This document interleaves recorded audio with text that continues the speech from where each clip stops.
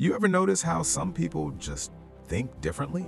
Like they're not necessarily doing more, they might actually be doing less, but somehow they always have the clearest ideas, the sharpest answers, the calmest decisions under pressure.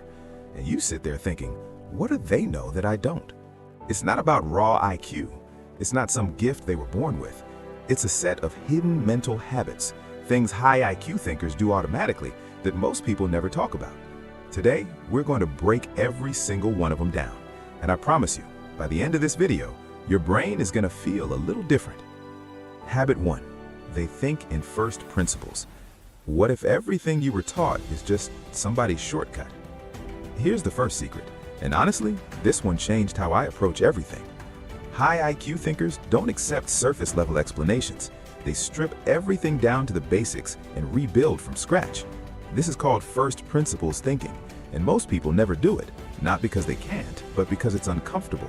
It means questioning things you've always taken for granted. Think about it. When something isn't working in your life, whether it's your productivity, your finances, your relationships, most people try to fix it using the same methods that created the problem. They Google how to be more productive and copy someone else's routine without ever asking, why am I unproductive? High IQ minds ask why repeatedly. They go 3 or 4 levels deep before they accept an answer.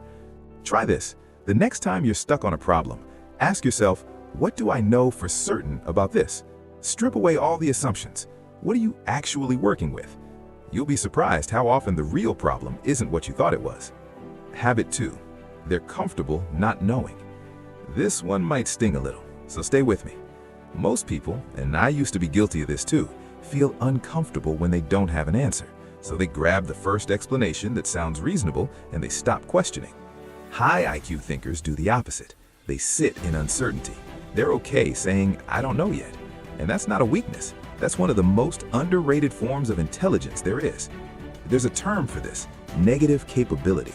It was coined by the poet John Keats, and later psychologists found it's one of the strongest predictors of creative and analytical intelligence. The ability to hold 2 conflicting ideas in your head at the same time without panicking and forcing a conclusion, that's a skill, and most people never develop it. The next time you're feeling that urge to just pick an answer to feel better, pause, sit with it, let your brain keep working in the background. You'll arrive at far sharper conclusions when you let ideas breathe. Habit 3. They read broadly, not deeply enough. You've been told to specialize. They do the opposite. Here's something that might surprise you. We live in a world that praises specialization. Go deep in one thing, right? Become the expert. And yeah, that matters. But the most brilliant minds throughout history were almost always generalists first. They borrowed ideas from completely different fields and applied them where nobody else would think to look. Darwin borrowed from economics. Einstein borrowed from philosophy. Steve Jobs borrowed from calligraphy. This is called cross-domain thinking. And it's how genuinely original ideas are born, not by going deeper into the same well, but by drawing water from multiple wells and mixing them together.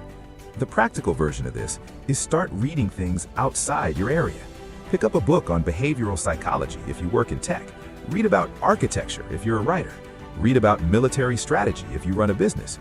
The connections your brain starts making in the background, you won't even notice it happening, but suddenly you'll have solutions that nobody around you can explain, because they're only pulling from one source and you're pulling from 10. Habit 4. They protect their thinking environment. Your phone is not the problem. Your relationship with it is. Okay, this one is probably the most practical, and most people completely ignore it. High IQ thinkers are obsessive with the quality of their mental environment, not just what goes into their brain, but when and how. Here's what I mean. Deep thinking doesn't happen in 5-minute gaps between notifications. The brain needs long, uninterrupted stretches to form real insights. Psychologists call it the incubation phase, where your subconscious keeps chewing on a problem even when you're not actively focused on it. But that process gets destroyed the moment you open your phone. Every tap, every scroll, every ping, it drags your brain out of depth and back to the surface. And once you're in shallow mode, it takes over 20 minutes to fully recover. Brilliant thinkers don't just take breaks, they schedule deliberate depth. Long walks without headphones, morning writing before touching any screen, time-blocked problem solving where they go completely offline. You don't need to become a monk, but try this. Give yourself one 45-minute window tomorrow. No phone, no music, no input, and just sit with one problem you've been putting off. You will be shocked at what your brain produces when you stop interrupting it. Habit 5. They learn from being wrong. The smartest people I know are the fastest to say, "I was wrong." Here's the one that took me the longest to internalize, and I think it's the most important one on this entire list. High IQ minds are not attached to being right, they're attached to getting it right, and that is a completely different mindset. Most people, when they're wrong, feel embarrassed. They defend the mistake, they explain it away, because being wrong feels like a threat to their identity. Smart thinkers flip this. They treat being wrong as data. Every failed prediction, every bad decision, it's not a reflection of who they are. It's a feedback signal telling them where their mental model was off. There's a concept called epistemic humility, knowing the limits of what you actually know. And the more intelligent someone is, the more they tend to have it, not less. The Dunning-Kruger effect shows us the opposite is also true. People who know the least tend to be the most confident because they don't know enough yet to see the gaps. So start paying attention to where you're wrong. Keep a journal of bad predictions and failed decisions, not to beat yourself up, but to look for patterns.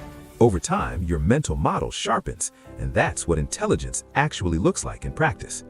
Keep it personal and action first. One step tonight. All right, let's bring it together. High IQ minds think in first principles. They strip problems down instead of copying answers. They sit in uncertainty instead of grabbing the nearest explanation. They read widely and connect dots across different fields. They protect their thinking time from distractions and shallow noise, and they treat being wrong as fuel, not failure. None of this is magic. It's not genetic. It's habits. Habits you can start building today. Here's your one small action for tonight. Pick one problem in your life, something you've been spinning on, and write down what you know for certain about it. Just the facts, no assumptions. Start there. That's first principles thinking, and it might be the most powerful thing you do this week. If this video hit different for you, drop it in the comments. I read everything. And if you want more on how to actually rewire the way you think, subscribe, because that's exactly what we do here. I'll see you in the next one.